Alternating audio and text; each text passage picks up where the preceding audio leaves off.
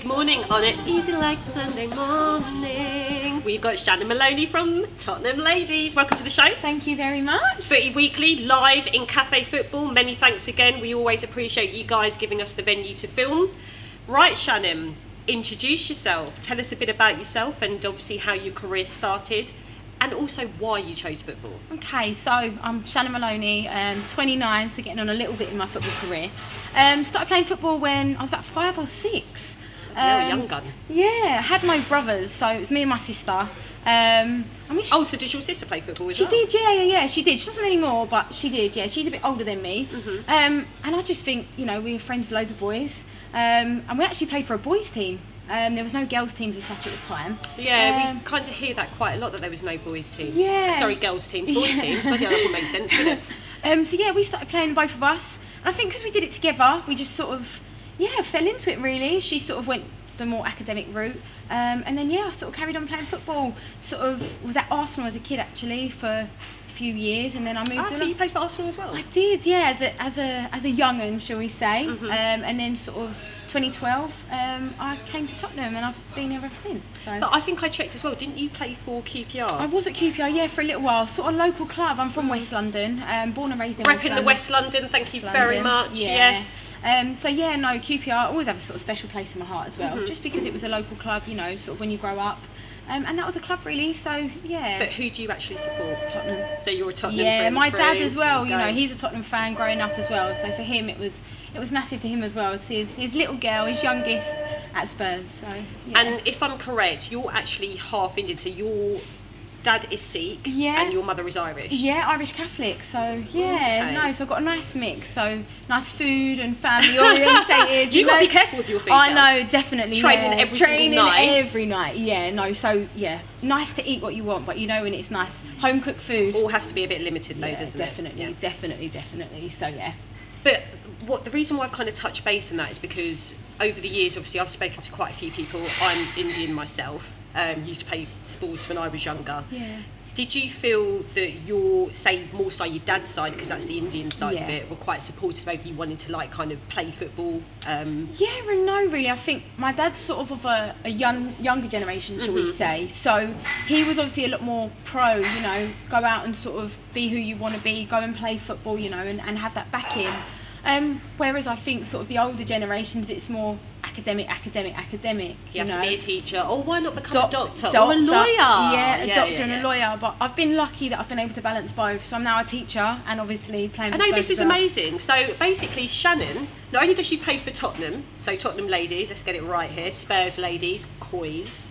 Have I done it right? Coys, yeah. Come on you Spurs. Man United, please forgive me. But she also teaches, I think, is it AS Law and BTEC Sport? Yeah, so I teach A-level law and BTEC Sport in a college, so teaching 16 to 19 year olds, so it's fun. And that's Monday to Friday full time? Yeah, Monday to Friday full time. And then training in the evenings with Spurs and games at the weekend. But so your whole life is literally working? Yeah, pretty much, yeah. But it's really cool as well that you're kind of, although you're teaching the law side of it, you're also kind of teaching sport. Yeah, I think as well, we've got a lot of girls in sport, and I think not in our college as such, but it's quite a male-dominated sort of sector. Mm-hmm. So a lot of the PE teachers can be male, and to me, it's nice for me to be a role model to the students. Actually, do you know what? I play for Spurs Ladies. Spurs, massive club, and to be able to hold down a teaching career as well, and give them sort of, I'll say to them, I'm at the club this evening, or, I can sort of give them first hand, when we do sort of sports nutrition, or we're doing sort of principles of fitness, and I say to them, guys, this is sort of my training program and what I have to do, and this is the sort of levels you need to be at to be sort of an athlete, as it were. And you're injured at the moment, aren't you? I am, yeah. Well, I'm coming back. I'm in my rehab phase. I had an ACL operation in July. God. So sort of went in. It was quite an intrusive, but it's quite common in women's football. Mm-hmm. It's quite a common sort of injury. But the club have been nothing but fantastic and supportive, and I'd say, the best rehab I could have possibly had. I've had so much support, and that's been sort of from day dot. Literally from the second I opened my eyes, it was sort of support the girls, cards, so you're flowers. quite a close-knit family there. We are a family, and that's it. When you spend sometimes more time with them than you do your own family, you get each other through the highs, the lows. I mean, we've had a girl on our football team, she's a mum, you know, she's a mum. We've had a new mum, we've had Sarah, we've had Ree, you know, sort of two women that, you know, are holding down careers, football careers, and actually being mums as well. And it's Mother's Day today, so just a quick shout out to all you wonderful women. I'm also going to do a shout out as well to the guys, because there are guys out there that actually play both roles of the mum and dad. Indeed. So yeah, and it's probably the most rewarding job. So big happy up. Mother's Day, big up, big up.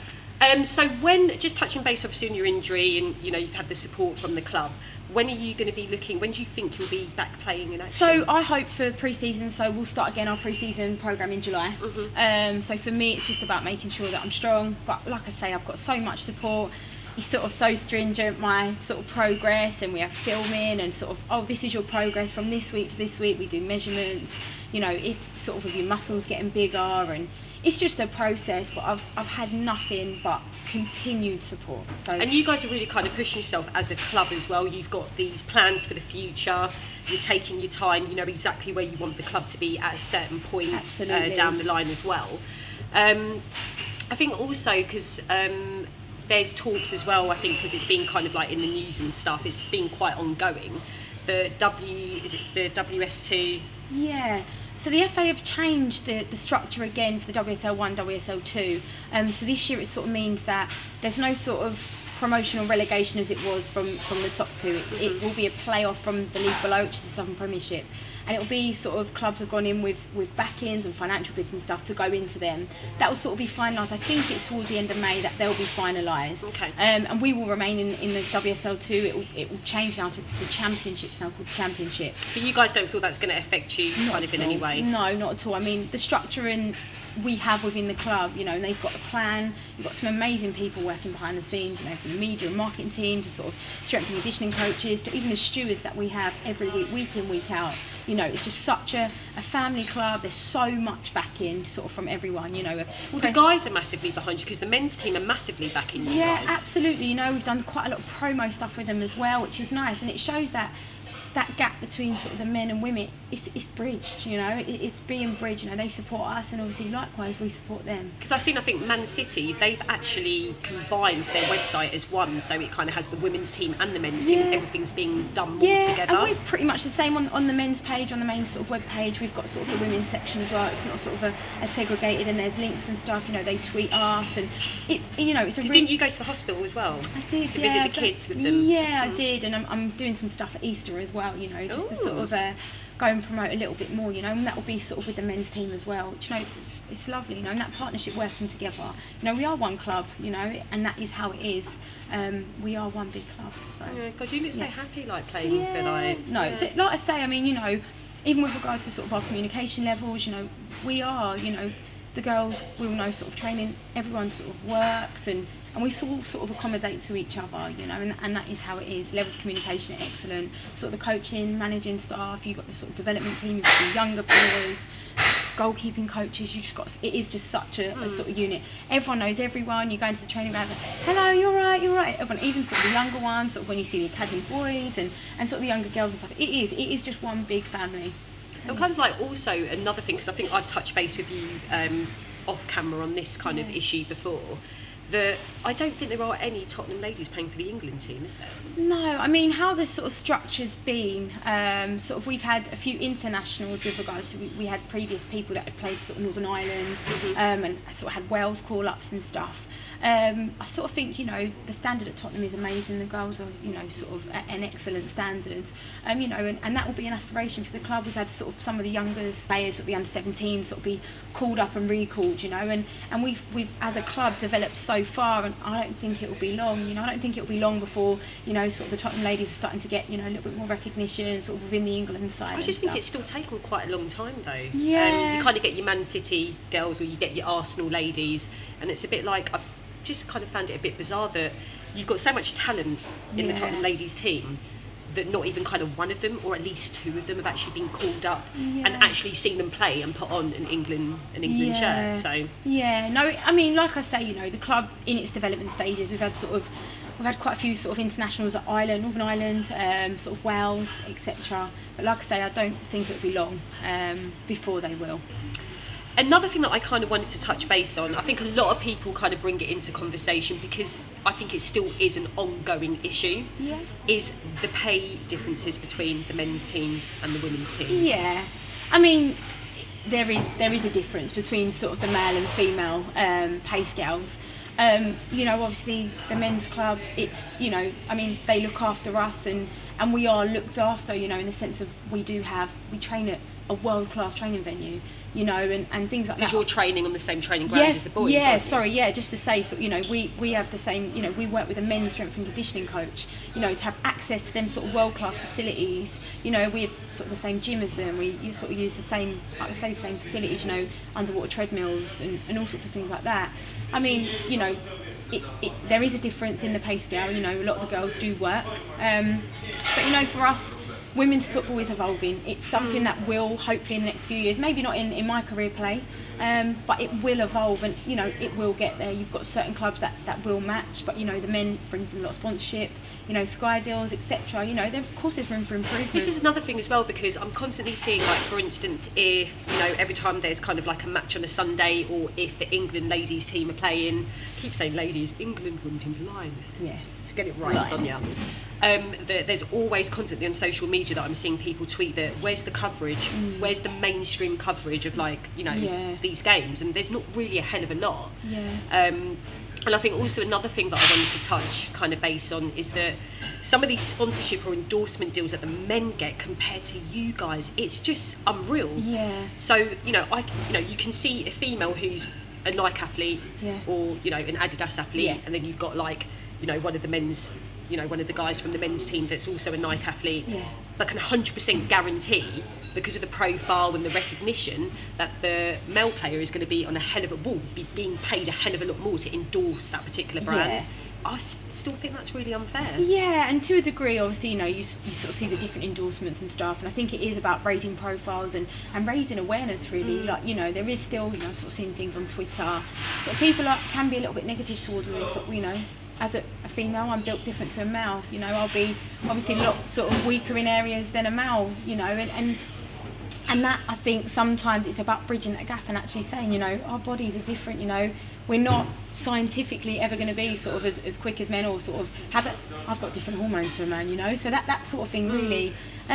There's definitely room for improvement. Because I've seen you've got a few companies that are sponsoring you, but they're local businesses. Yeah, local businesses. It wouldn't be sort of like a Nike or, I mean, we are obviously Tottenham are sponsored by Nike, obviously with regards to kit and everything like that.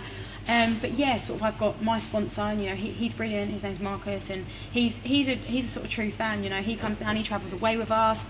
You know, he brings his family down, and he's a true fan. You know, he's there for me, and, you know, what I would need and my needs, as it were. But, you know, like I say, there's definitely room for improvement. It is developing, and I sort of hope from doing things like this and having it out there, you know, actually it's an enjoyable, it's a family feel, you know, and that is what it is, you know. We want people to come down and watch our games, want people to come and enjoy our games, you know. What's the capacity like at the moment? Are you attracting a hell of a lot of people coming down? It depended on the game. Sort of, if this is the cup final or something, the most we've ever had was Tottenham versus West Ham. There was 2,000 people there, you know, but we have sort of between 200 and 400 in a week.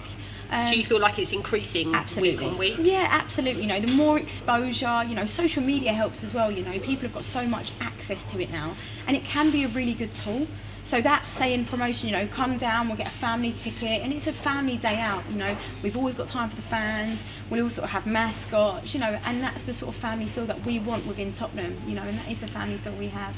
When you're getting people to come down, obviously, to watch you guys play, do you see a lot of men in the audience now, like in the crowds? Or? Yeah and no. Again, it's a complete mix. We tend to find it's quite family orientated, so sort of mum and dad, or, you know, and bringing the kids down as well. You know, it's very sort of family orientated, something that they can really sort of come. And we're very personal with the fans. You know, we would spend time to see the fans, and, you know, every week we have a programme printed. If there's a birthday, you know, we just make sure we sign a card, and you know, and that's the family feel. And that's not because we feel we should do it, that's because we want to do it. You know, we've all been young female footballers and aspired and looked up to the likes of Rachel Yankee and said, oh, I want to be like her one day. She's one of your inspirations, isn't she? Yeah, she is. She really, really is, you know. Sort of Rachel, you know, look at her now, she's a mum, you know, she's had her playing career, she's had an England career, she had an Arsenal career, she's had sort of an amazing career. She's now sort of doing what she's doing. She's a mum as well, you know, to aspire to all of them things. And I remember being a child and looking up to her and thinking, I want to be like you one day, you know, and I did. And, you know, that sort of personal touch of Rachel as well, you know, to think that she would always have time for her fans and always have time to sort of do things. You know, she does a lot of TV work now. And, you know, she's a great sort of advocate to the women's game. She really, really is.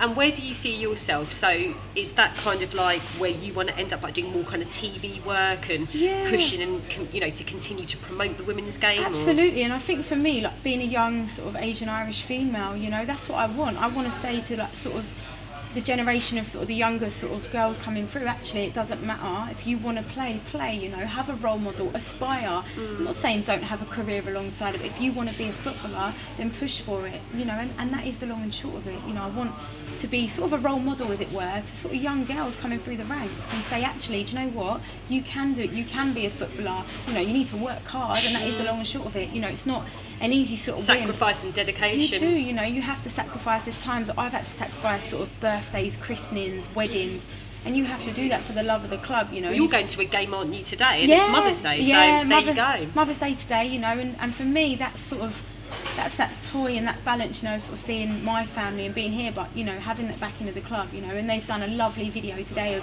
for all of our mums, you know, and that's how the support, they put it's on YouTube, it's for Mother's Day, so that will be sort of nice for everyone to sort of look and say, and our mums all support us, you know, that is it, our mums support us and our mums are with us through all of this. Would you be like interested after saying your playing career kind of finishes, like maybe becoming like a coach or a manager? Absolutely, you know, I've seen sort of the development and how you need to be and sort of the sacrifices you need to make, and I think once you've had first-hand experience of that, as well as sort of qualifications, that you know what standards you need to aspire to be. You know, you need our manager and our coach, you know, I couldn't fault them, you know, they work tirelessly, and I'm talking sort of analysing games, sending us video clips, inspirational messages, videos, sort of all the background stuff that often gets forgotten. So big up Karen Hills and Quan, you're unreal, you know, and our physio Sarah Budd, she and Elliot, you know. Your physio's probably played a hell of a big part in your... you know, Elliot, and there's another guy, Anton, who's away in Hong Kong working for Spurs at the moment, you know, and it's without the help of these people that this is the background stuff that nobody sees, you know, the tireless. You know, Sarah will write me an individual programme, you know, my physio, you know, it'll be the times that I don't quite get a set right, so Elliot will sort of stay with me behind at training till 10:30 at night. He's been at the training ground since 8 o'clock in the morning, you know, and the video clips that, you know, they would get, Shannon, watch this is a left back position, watch this, you know, an hour of footage that he sort of put together for me to do that, and they're all the things that go on behind the scenes that no people one don't see, you know. It's always behind the scenes people, I'll tell you, you know, and even the stewards on a Sunday, you know, they're there with a cup of tea if it's cold at half time to give you a cup of tea, you know. It's them things that, as a family, as a club, that's just... Your face just lights up talking about just football in general, but just actually talking about your club, the club that you actually play, is so genuine. Yeah. Like, I'm not saying that, you know, other people that, you know, I've spoken to, like, off camera as well, because I've had general conversations, but you can really see it in your face. No, it's an amazing club to be at, and I couldn't fault, you know, there's no fault in it whatsoever, so, yeah. In regard, like, obviously just touching base on the whole coaching management route of things, have you got any of your coaching badges? Or? Yeah, I've got an FA level 1. I think obviously my sort of time has gone into sort of getting my teaching qualification, etc. at the moment.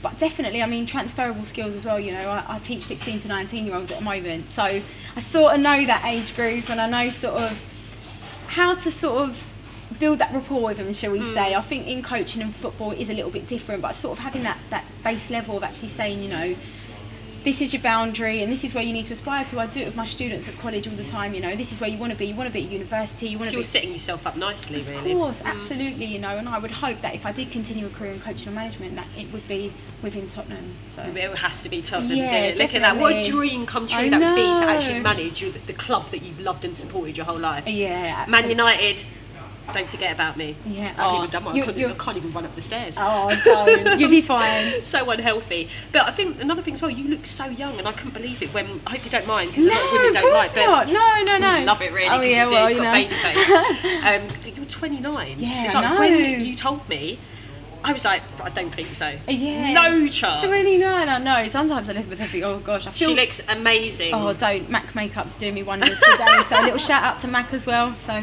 but yeah, no. I just... Do you know what? It is about looking after yourself as well. It's massively important, you know, drinking water, eating the right food, getting enough sleep, you know. And I say to myself... Do you have cheat days? Have I got it right here? Because I'm like the most unhealthiest person ever. So. No, yeah, I mean, sometimes, don't get me wrong, you know, there is the odd cheat day. You know, love a bit of chocolate now and again. Yeah, absolutely. But when you train as hard as you do, you know, you have to look after your body. It reflects in your play. You know, you have to make sure you're drinking enough water, you're getting enough sleep. I couldn't survive. So much sacrifice. Like, personally, I mean, I used to love sports when I was at school. Yeah. I used to be pretty decent at it, especially at running. Like the 200 metres, I would just fly. Yeah. But I just think in general, like, it takes a particular type of individual to be able to say, do you know what, this is it, I'm going to make these sacrifices, I'm going to be completely dedicated to my chosen field. And yeah, there's certain things that I can actually, when I look at myself and think, wow, I've actually made a lot of sacrifices here, but there is no chance in hell that I could ever do what you do. Aww. I need my curry. Oh, by the way, I like boiled bacon and cabbage. Oh, do you? And Irish stew with soda bread. Irish soda Plastic bread. paddy, oh, mate. I tell you, Irish soda bread all day. But I've got the nice balance, curry and Irish stew. I know, it's so nice. I'm a little bit envious. Like the spice. Like, I love a little bit of spice as well. Oh, yeah. So, we have now come to the end of the show. I actually could have carried on talking to you for ages. I don't Just even look carry on. into the... I'm not even looking at the audience. I'm just staring at your Oh. face. But just want to say thank you ever so much thank you for coming having on. me. Thank you for having me. And give a shout out for your social media platforms. Follow this girl's Yeah, journey. Maloney S88 on Instagram, guys, and Shannon Maloney 4 on Twitter. Thank you very much. Thanks a lot, guys. See you later. See ya.